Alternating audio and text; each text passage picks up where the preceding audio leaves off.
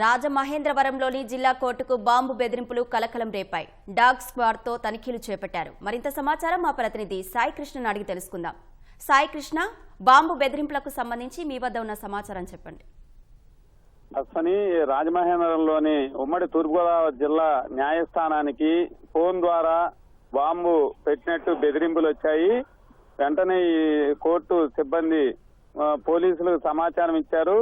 3వ పట్టణ police station ఎదురుగానే న్యాయస్థానం ప్రాంగణం ఉంటుంది. హుటాహుటిన పోలీసులు డాగ్ స్క్వాడ్, మెటల్ డిటెక్టర్లతో సిబ్బంది అంతా కూడా న్యాయస్థానంలోకి వచ్చి తనిఖీలు చేస్తున్నారు. హాల్లో పరిశీలన చేస్తున్నారు. వివిధ విభాగాలు, రికార్డు రూములతో పాటు కోర్టు హాల్లోనూ న్యాయమూర్తులు ఆసీనమయ్యే ప్రాంతాల్లో కూడా క్షుణ్ణంగా తనిఖీలు అయితే చేస్తున్నారు. ఎవరు చేశారు, ఎందుకు చేశారు అనేది కూడా ఒకవైపు పోలీసు ఉన్నతాధికారులు కూడా దర్యాప్తు చేస్తున్నారు. న్యాయస్థానం సిబ్బంది నుంచి కూడా సమాచారం సేకరిస్తున్నారు.